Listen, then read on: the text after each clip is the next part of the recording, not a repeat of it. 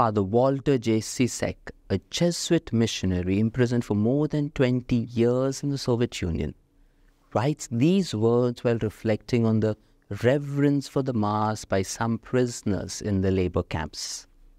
Sometimes, when the guards were observing us too closely and we couldn't risk saying Mass at the work site, the crusts of bread I had put in my pocket at breakfast remained there uneaten until I could get back to camp and say Mass at night. We would be severely punished if we were discovered saying Mass, and they were always informers. But the Mass to us was always worth the danger and the sacrifice. We treasured it, we looked forward to it, we would do almost anything to say or to attend a Mass. My dear friends, today we celebrate the solemnity of the most holy body and blood of Christ, also known as the Feast of Corpus Christi. Before we get to the readings, let us have a quick look at the history of this feast. Having originated in France in the mid-13th century, it was extended to the whole Church by Pope Urban IV in 1264. It calls us to focus on two manifestations of the body of Christ, the Holy Eucharist and the Church. At every Mass, our attention is called to the Eucharist and the real presence of Christ in it. The secondary focuses on the body of Christ as it is present in the Church.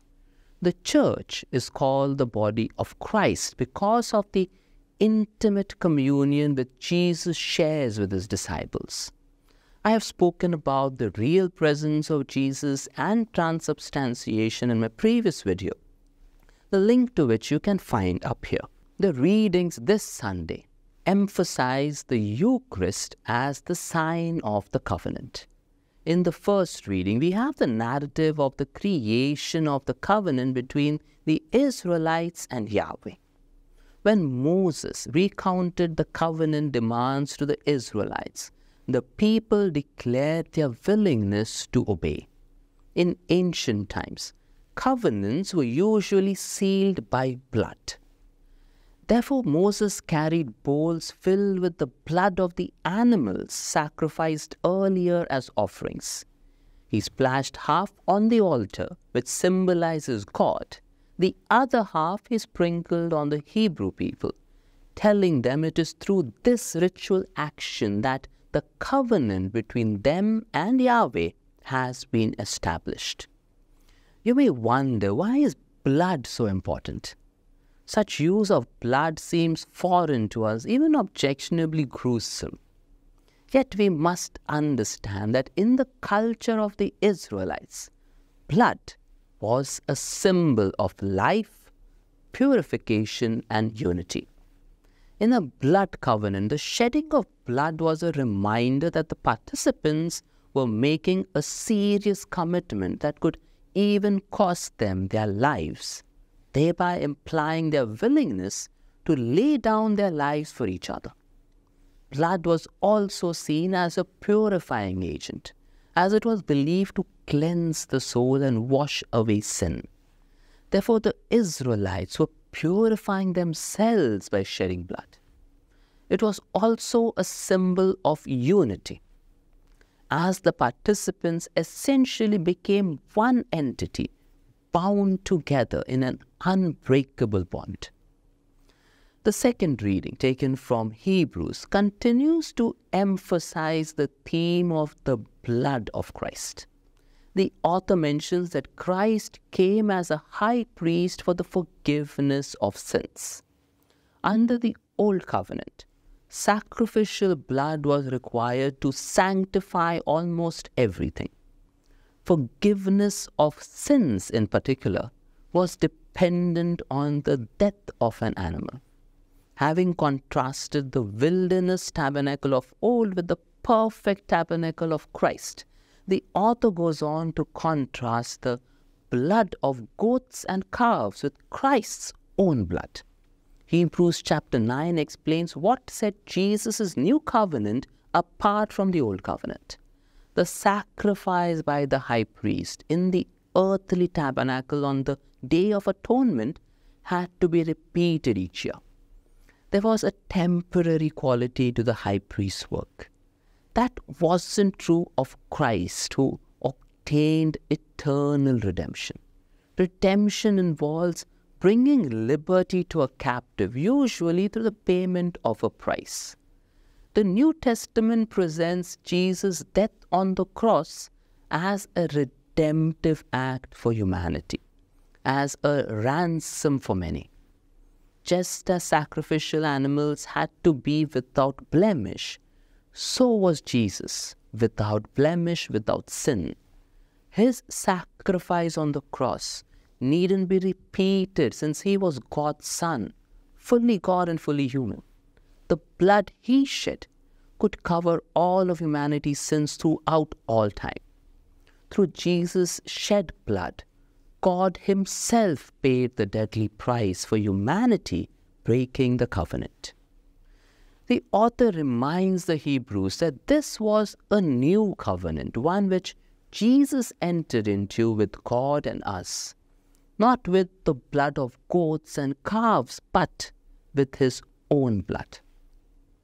In the Gospel taken from Mark, we hear the narrative of the Last Supper and the institution of the Eucharist. Jesus replaced the old covenant with the new covenant.